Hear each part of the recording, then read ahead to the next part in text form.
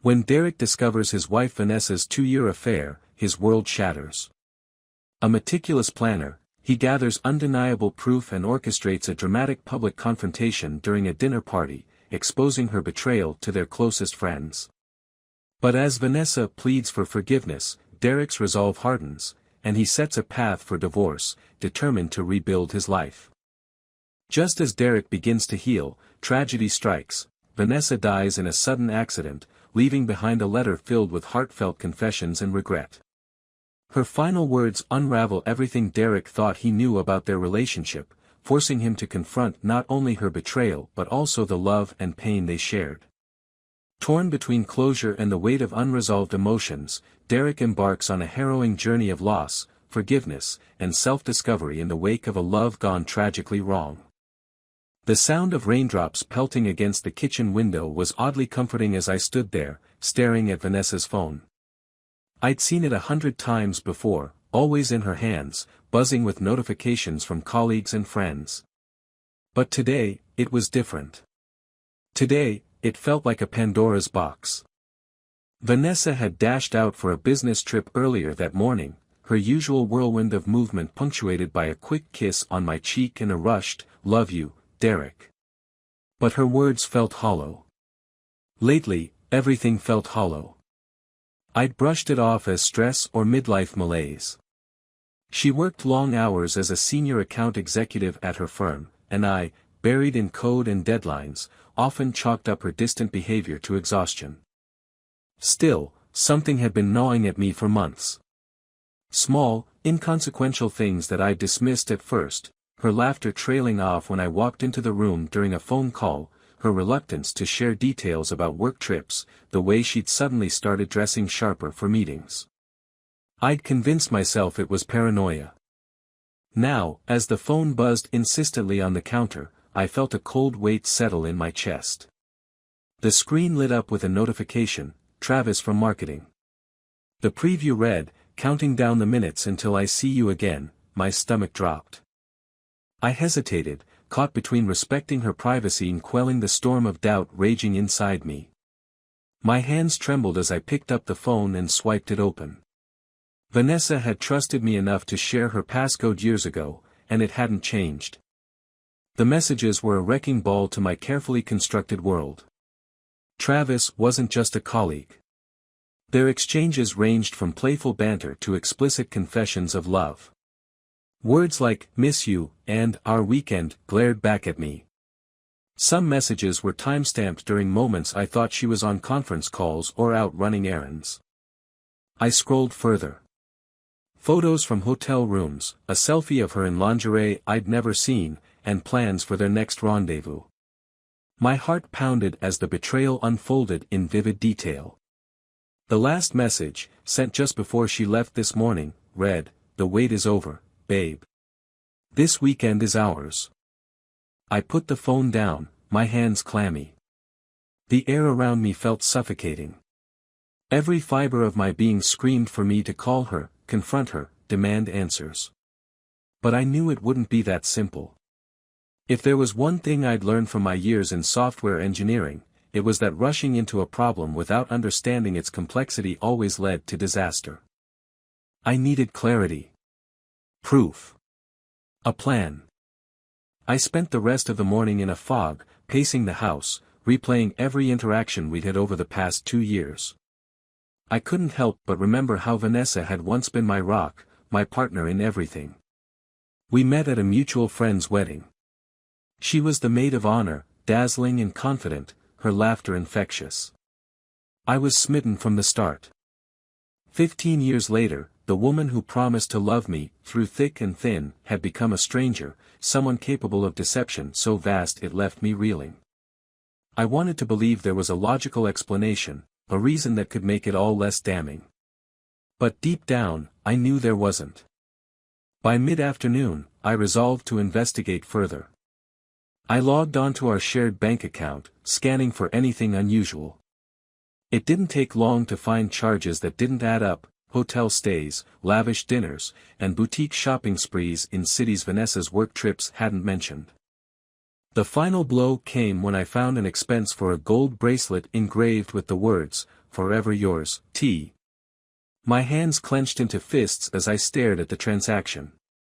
The betrayal wasn't just emotional, it was woven into every aspect of our life. The anger simmering inside me begged for release, but I forced myself to stay calm. Confronting her now would only give her the chance to spin the narrative, to deny and deflect. No, I needed a strategy. And for that, I needed allies. I called my brother, Ethan. He was my opposite in many ways, bold, impulsive, and unafraid of conflict. While I preferred measured approaches, Ethan thrived on action. When I laid out everything I'd discovered, he let out a low whistle. "Derek, man, this is messed up," he said. "You need to confront her." "Not yet," I replied, pacing the living room. "I need more than just messages and receipts. I need something undeniable." Ethan was quiet for a moment before responding, "A private investigator, then. Get someone who can document everything. If you're serious about this, you'll need evidence that holds up in court."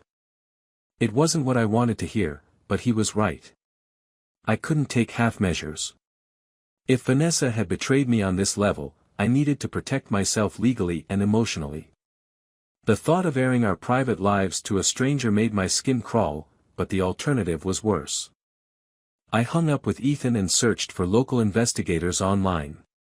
Within an hour, I was on a call with a man named Marcus, whose calm, professional demeanor put me at ease. "Infidelity cases are unfortunately common," Marcus said. "But I can assure you, Mr. Carter, my team is discreet and thorough. If there's something to uncover, we'll find it." I agreed to his terms, providing him with details of Vanessa's travel plans and access to her phone records. As I ended the call, a strange sense of relief washed over me. For the first time that day, I felt like I had some semblance of control. But the relief was short-lived. As night fell, I sat alone in the house we'd built together, surrounded by memories now tainted with doubt. Every corner held echoes of a love that felt increasingly like a lie. I replayed the moment I picked up Vanessa's phone, questioning if I could have done anything differently to avoid this unraveling. But the truth was clear, the woman I thought I knew had been living a double life, and the time for pretending otherwise was over. This was just the beginning. The storm was coming, and I would be ready. The week leading up to Vanessa's return was a masterclass in restraint. Every fiber of my being wanted to call her, to scream and demand answers, but I knew that confrontation without preparation would only leave me vulnerable. I had spent years debugging code and solving complex problems, this was no different. Patience was my ally. Marcus, the private investigator, worked quickly. By the third day, he sent me a comprehensive report detailing Vanessa's activities. There were photos of her and Travis dining at upscale restaurants, entering hotels hand in hand, and walking through parks like a couple without a care in the world. They looked happy, carefree, everything I wasn't. One image stuck with me. It was of Vanessa sitting across from Travis in a dimly lit cafe. Her hand rested lightly on his, her smile radiant. It was a smile I hadn't seen directed at me in years. That realization stung more than I cared to admit. Marcus's report also included timestamps and locations that matched her supposed work trips. The deception was thorough, but her carelessness in maintaining the facade ultimately made it easy to unravel. For someone so meticulous in her professional life, Vanessa had been reckless in her personal one. "She's making no effort to hide this," Marcus said during our follow-up call. "It's almost as if she doesn't expect you to find out." Or maybe she didn't care if I did, I thought grimly. I asked Marcus to compile everything into a single, damning file. The goal wasn't just to confront Vanessa, it was to ensure I was prepared for the fallout. If she wanted to spin the narrative, I'd have the truth ready to counter every lie. By Friday evening, the house was spotless, every surface gleaming. It was a stark contrast to the chaos swirling inside me. I sat in the living room, pretending to read, when I heard Vanessa's car pull into the driveway. The door opened, and she walked in with her usual energy, a whirlwind of suitcases and cheerful chatter. "Hey, babe," she called out, her voice bright. "I'm back." I looked up from the book, managing a small smile. "Welcome home. How was the trip?" She hesitated for a fraction of a second, just long enough for me to catch it, before responding. "Exhausting. Lots of meetings. I'm glad to be home." Her lie landed like a dull thud in the room, but I played along. "I bet. You must be starving." She nodded, already heading upstairs to drop off her bags. "Yeah, let me freshen up, and we can order in." "Sounds good," I said, watching her retreating figure. The sight of her so effortlessly slipping back into our routine twisted something inside me. How many times had she done this? How often had she come home, kissed me, and acted as though nothing was wrong while carrying on her affair?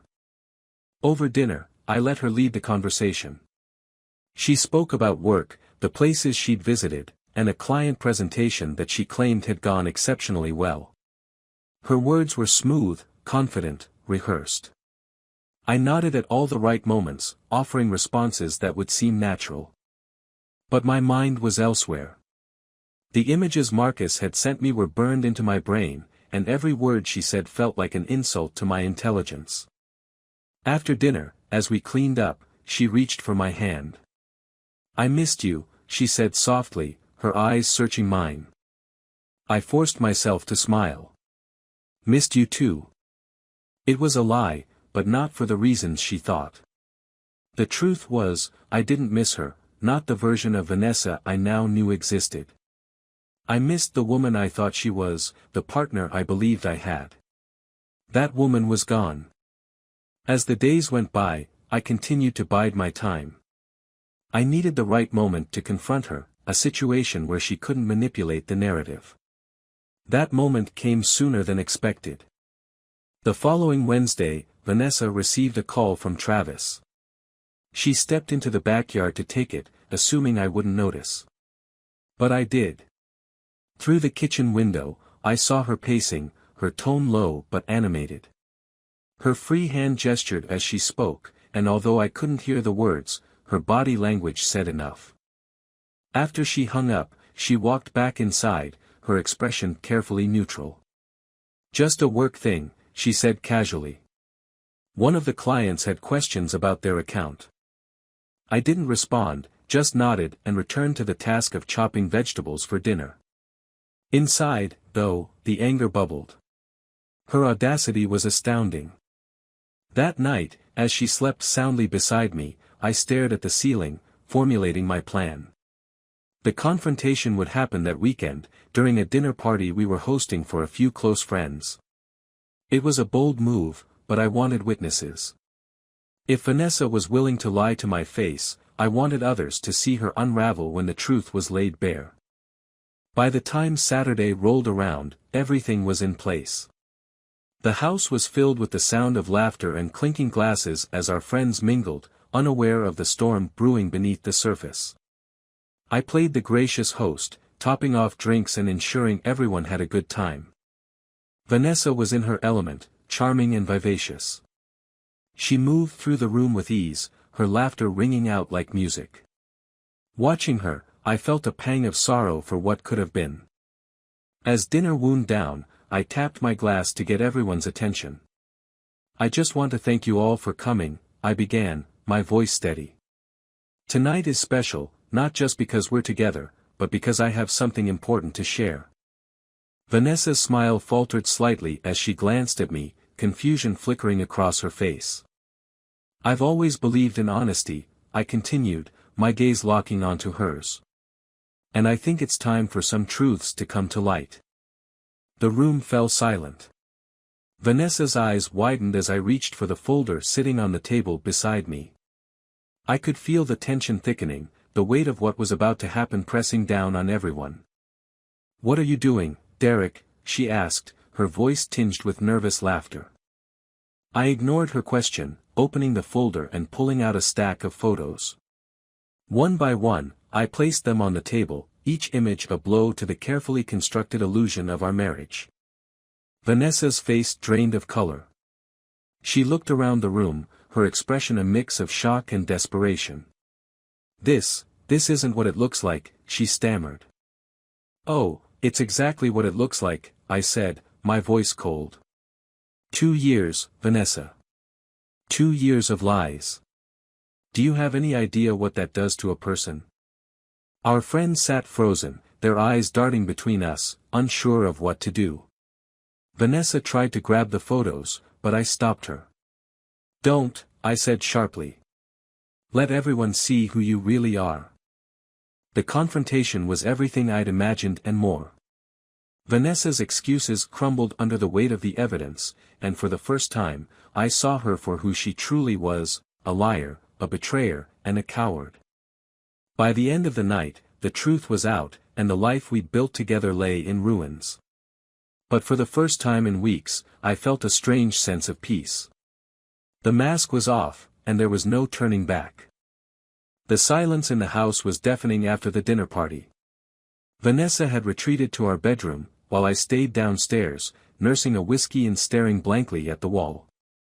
The weight of what had just transpired hung heavy in the air. I replayed the scene in my head, the shock on our friends' faces, Vanessa's desperate attempts to explain away the photos, and my own measured words as I laid out the truth.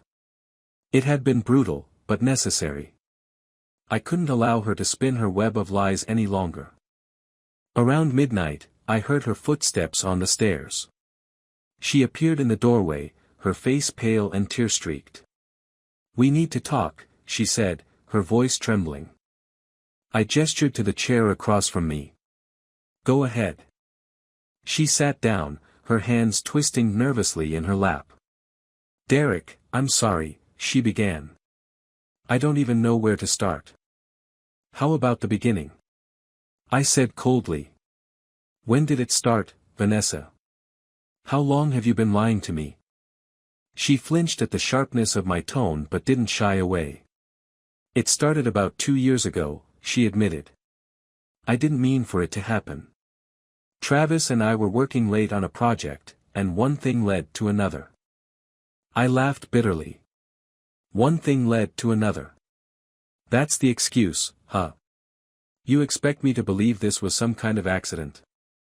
Tears welled up in her eyes, but I felt no sympathy. "I was lonely, Derek," she said softly. "You were always so busy with work, and I felt like I didn't matter anymore. Travis made me feel seen." "Seen," I repeated, shaking my head. "You felt unseen, so instead of talking to me, you decided to destroy everything we built." "I didn't destroy anything," she snapped, her tears giving way to anger. "I love you, Derek. I never stopped loving you. What I had with Travis, it wasn't real. It was a distraction." "A distraction," I said, my voice rising. "Do you even hear yourself? You call sneaking around for 2 years a distraction? While I was here, working hard, believing we had a good marriage, you were out there with him." "I know I messed up," she said, her voice breaking. "I know I hurt you, but we can fix this. We can go to therapy, work through it together." I stood up, unable to sit still any longer. "Fix this?" I said, pacing the room. "You think this is something we can just work through? Vanessa, you didn't just make a mistake. You made a choice to lie to me over and over again." "I didn't mean for it to go on this long," she said, her voice barely above a whisper. "I wanted to end it so many times, but I didn't know how." "You didn't know how?" I said, incredulous. "How about not starting it in the first place? Or telling him no? Or coming to me and saying, 'Derek, I'm unhappy. Let's fix this.'" She buried her face in her hands, sobbing. For a moment, I felt a pang of pity. But it was fleeting. The damage she'd done was too great to be undone with tears. "I'm sorry," she said again, her voice muffled. "Please, Derek. I don't want to lose you." I took a deep breath, trying to rein in my emotions. You already lost me, Vanessa, I said quietly. The moment you chose to betray me, you ended this marriage. Her head shot up, her eyes wide with panic. No, she said, shaking her head. Don't say that. We can fix this. I'll do whatever it takes. I can't trust you, I said simply. And without trust, there's nothing left. The truth of my words hung in the air between us. Vanessa stared at me, her face crumpling as the reality set in. She stood abruptly, her chair scraping against the floor. I'm going to bed, she said, her voice trembling. We can talk more in the morning. I watched her go, the weight of her absence settling over me. Part of me wanted to believe she was right, that we could fix this, that therapy or time would heal the wounds. But the rational part of me knew better. Trust, once broken, is nearly impossible to rebuild. The next morning, I called my lawyer, Mr. Emerson. He was a no-nonsense man in his 50s who came highly recommended by Ethan. I laid out the situation, sparing no detail, and asked him to begin drafting the divorce papers. I'll make sure your interests are protected, Mr. Emerson assured me. With the evidence you've gathered, this should be a straightforward case. Thank you, I said, my voice steady despite the turmoil I felt inside. That evening, I handed Vanessa the papers. She looked at me with disbelief, clutching the envelope as if it burned her. You're really doing this? She asked, her voice breaking. I have to, I said. You made your choices, Vanessa. Now I'm making mine. For the next few weeks, the house was a battleground. Vanessa oscillated between pleading for forgiveness and lashing out in anger. You're throwing away 15 years, she yelled one night, her voice echoing through the empty halls. For what? A mistake. A mistake. I shot back. You call 2 years of lies a mistake? This isn't me throwing anything away, Vanessa. You did that the moment you decided I wasn't enough. Eventually, she moved out, taking only what she needed. The house felt empty without her, but it was a relief not to see her face every day, a constant reminder of her betrayal.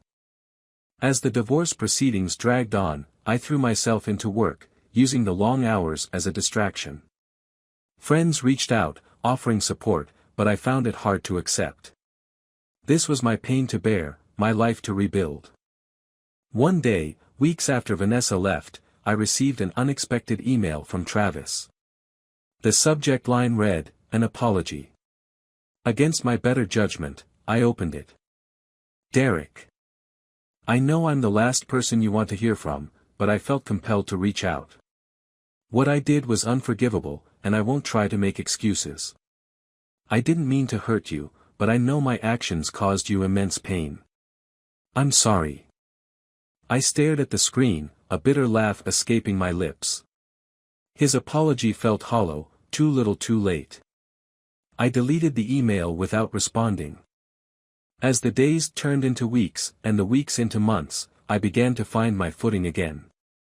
I moved into a new apartment, one that didn't hold the ghosts of my failed marriage. I started running again, rediscovering the simple joys I'd neglected. Vanessa's betrayal had shattered me, but piece by piece, I was putting myself back together. And for the first time in a long time, I felt hopeful about the future. It had been a year since the divorce was finalized. Life had settled into a new, albeit quieter, rhythm. I had moved into a modest apartment downtown and spent most of my days buried in work or at the local park, running to clear my mind. The wounds Vanessa left had begun to scab over, though the scars remained. Vanessa, I'd heard through mutual friends, had moved to a new city and was working at a startup.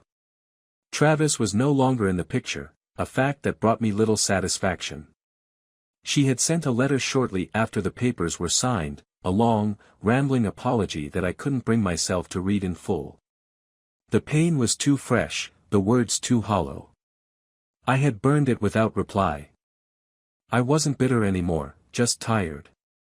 Relationships felt like a distant concept, something that belonged to a younger, more hopeful version of myself. I had convinced myself I was content. Alone, but content. It was a rainy Wednesday morning when the call came. I was at my desk, troubleshooting a software bug, when my phone buzzed with an unknown number. Normally, I wouldn't have answered, but something compelled me to pick up. "Mr. Carter?" a soft voice asked. "This is Detective Wells with the city police. I'm calling about your ex-wife, Vanessa." Hearing her name after so long sent a chill down my spine. "What about her?" I asked, my voice steady but wary. The detective hesitated, then continued. "I'm sorry to inform you that Vanessa was involved in a car accident late last night. She didn't survive." The world seemed to tilt around me. I gripped the edge of my desk, struggling to process the words. What happened?" I managed to say. "She was driving home from work when her car was struck by a drunk driver," the detective explained. "She died on impact. I know this must be a shock, but we found a letter addressed to you and her belongings. It's being sent to your address." "A letter? To me?" The detective offered her condolences and hung up, leaving me sitting in stunned silence. My hands trembled as I placed the phone down, my mind racing with questions. Why had Vanessa been carrying a letter for me? What could she possibly have left to say? The envelope arrived 2 days later, its edges slightly crumpled from being in her possession. My name was written on the front in her familiar handwriting. For a long time, I just stared at it, unsure if I had the strength to read her final words. Finally, I opened it. Her handwriting was neat, the lines deliberate, as if she had chosen each word with care. "Derek. I know this letter is the last thing you want, but I hope you'll read it. There's so much I need to say, and I don't know if I'll ever have the courage to say it in person. I've been carrying the weight of my mistakes every day since the night you confronted me. I know I hurt you in ways that can't be undone, and for that, I am deeply sorry. You didn't deserve any of it. The truth is, I was lost, Derek. I was searching for something that was never missing, and in the process, I destroyed the best thing I ever had. I've thought about you every day since we parted. I wonder if you're happy, if you've found peace, if you've been able to move on. I hope you have, even if I don't deserve that hope. There's something I need you to know. I never stopped loving you. Even at my lowest, even when I made choices that shattered us, my heart always belonged to you. That's the cruel irony of it all, isn't it? I threw away the one thing I truly cared about. I've written this letter so many times, and each time I stop because I know it doesn't change anything. But tonight, I decided to finish it.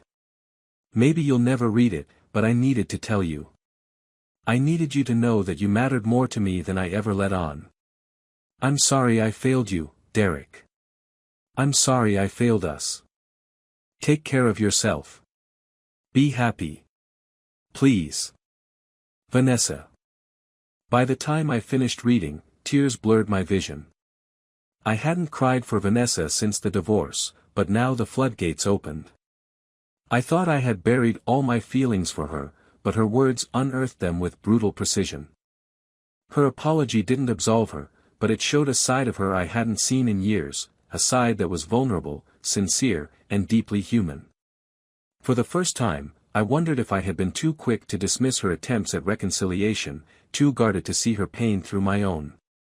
In the weeks that followed, I found myself haunted by her letter. I read it over and over, each time feeling a mix of sorrow and regret. The what-ifs became my constant companions. What if I had been more willing to forgive? What if I had given her a chance to make things right? What if we could have found a way back to each other? But those questions had no answers now. Vanessa was gone, and with her, any chance of closure. I was left with her final words, a bittersweet reminder of what we had lost. The ache of her absence lingered, a dull throb that refused to fade. I carried her letter with me everywhere, tucked safely in my jacket pocket, a talisman of the love that once was and the mistakes that had torn it apart. Life moved on, as it always does, but part of me remained frozen in that moment, holding on to the words she'd left behind. Vanessa had taken a piece of me with her, and I knew I would never truly be whole again.